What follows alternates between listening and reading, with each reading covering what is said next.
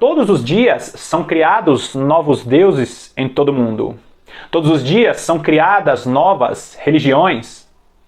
E na maioria dos países do mundo, você tem a liberdade de crer, de acreditar em quem você quiser, na religião que você escolher. O único problema disso é que a Bíblia, que é sim a palavra de Deus, relata que chegará um dia em que Deus virá a essa terra e julgará todos os habitantes da terra.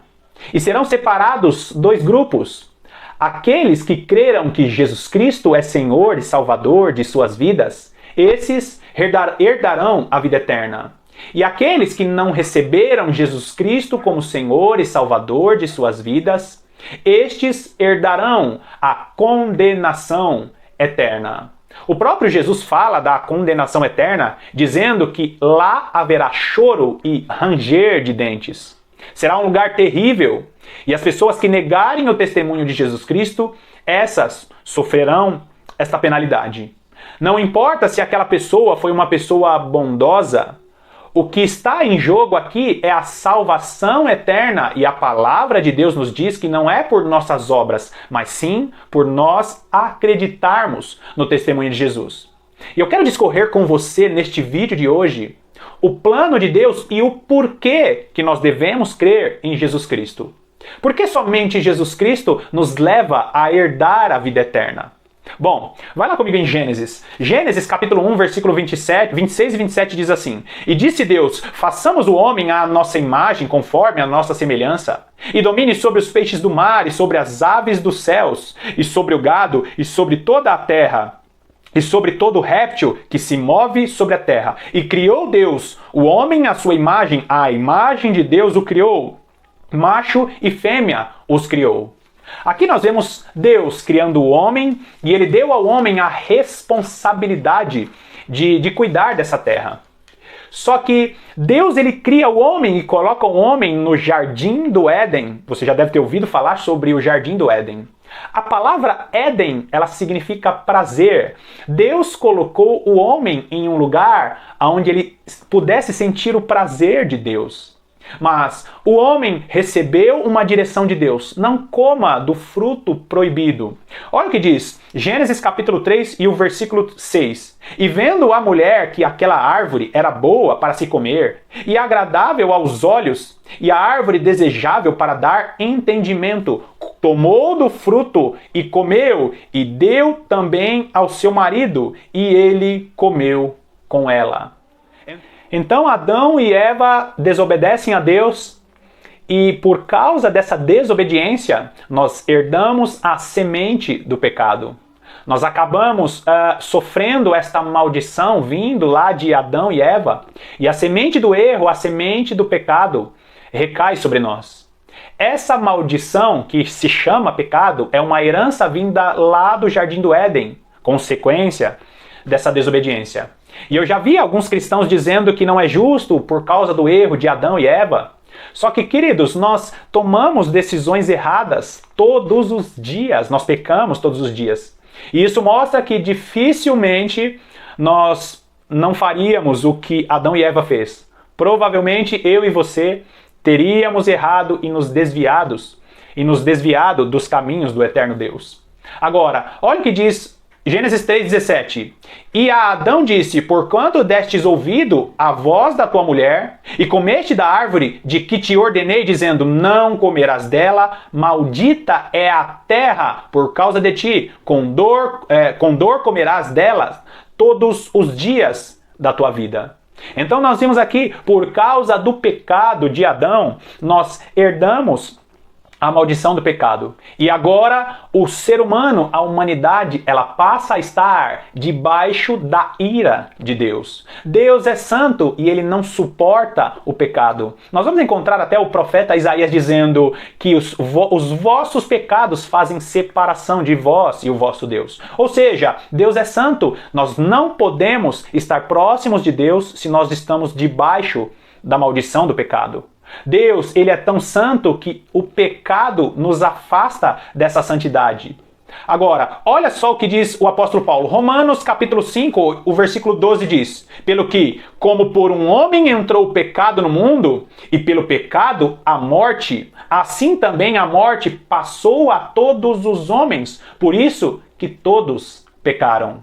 Aqui o apóstolo Paulo, ele confirma a palavra, porque por causa do pecado de Adão, todos nós ficamos debaixo da ira de Deus. Após a queda do homem no jardim do Éden, Deus levanta Moisés. E aqui é uma parte muito importante da história, porque Deus estabeleceu algumas situações para que o homem não fosse condenado.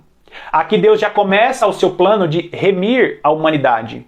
Deus levanta Moisés, dá a lei a Moisés e ele diz para Moisés: Moisés, nós precisamos trabalhar na remissão dos pecados deste povo. Então Deus usa Moisés e na lei ele estabelece os sacrifícios.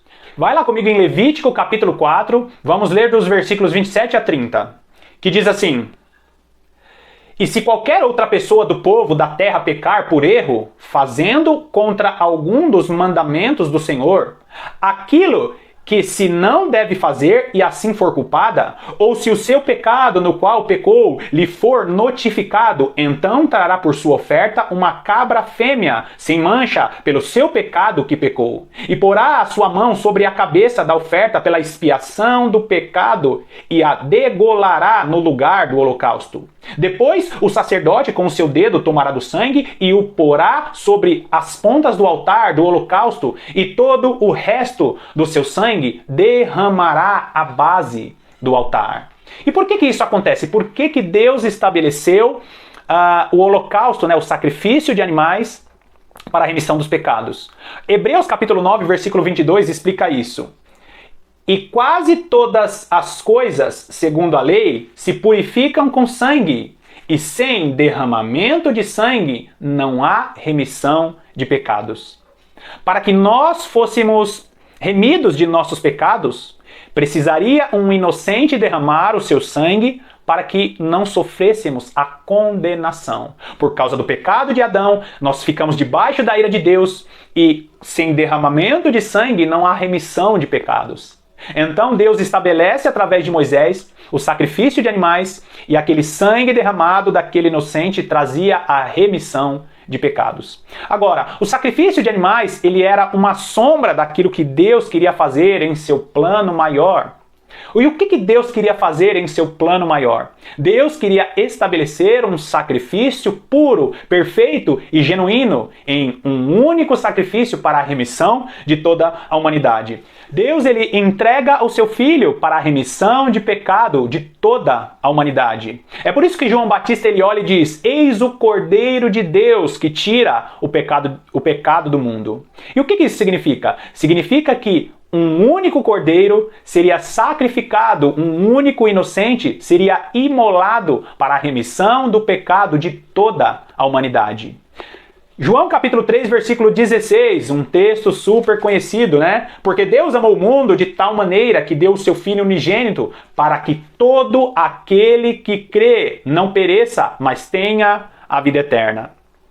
Agora o versículo 36 diz assim: aquele que crê no Filho de Deus, aquele que crê no Filho tem a vida eterna, mas aquele que não crê no Filho não verá a vida, mas a ira de Deus sobre ele permanece. Percebeu? Nós já nascemos debaixo da ira de Deus.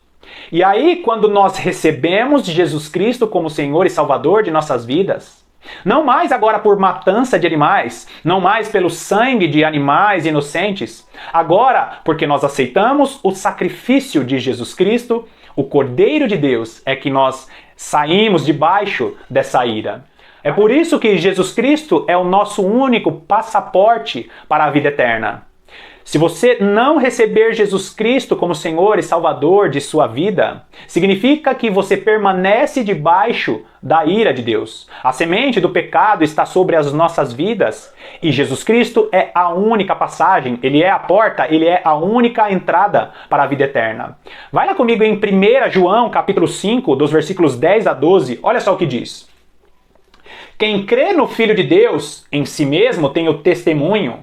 Quem em Deus não crê, mentiroso o faz, porquanto não creu no testemunho que Deus deu de seu Filho, que Deus de seu Filho deu. E o testemunho é este, olha o testemunho de Deus, versículo 11. E o testemunho é este, que Deus nos deu a vida eterna, e esta vida está em seu Filho. Quem tem o Filho tem a vida, quem não tem o Filho de Deus não tem a vida. Esse texto está nos dizendo que aquele que não recebe Jesus Cristo como Senhor e Salvador de sua vida, está dizendo para Deus que ele é mentiroso, porque o próprio Deus, ele dá testemunho a respeito de seu Filho. Este é o meu Filho amado, em quem tenho prazer. Percebeu? Jesus Cristo é o único passaporte para a vida eterna. E se você ainda não recebeu Jesus Cristo como Senhor e Salvador de sua vida, ou se você conhece tudo o que eu falei aqui neste vídeo, mas não está em comunhão com Deus, eu quero fazer uma oração com você. Uma oração simples. Se você não tem Jesus como Senhor e Salvador de sua vida, põe agora a mão em seu coração e ora essa curtinha oração comigo. Ora assim: Senhor Jesus, me perdoa por todos os meus pecados. Escreve, Senhor, o meu nome no livro da vida. Eu aceito, eu recebo Jesus Cristo como Senhor e Salvador de minha vida. Senhor Jesus, eu quero herdar a vida eterna. Me recebe como seu filho e como seu servo. E eu oro em nome de Jesus Cristo. Amém. Se você recebeu Jesus Cristo como Senhor e Salvador de sua vida depois desse vídeo, saiba que você é um servo do Deus Altíssimo. Você é um verdadeiro e genuíno filho de Deus. Agora você precisa seguir tudo aquilo que está escrito na palavra de Deus. E se você, que também finalizou esse vídeo, é um servo, é uma serva fiel, saiba que esta mensagem serviu para edificar e fortalecer a sua fé. Mais uma vez eu te agradeço pela sua companhia e que Deus te abençoe ricamente.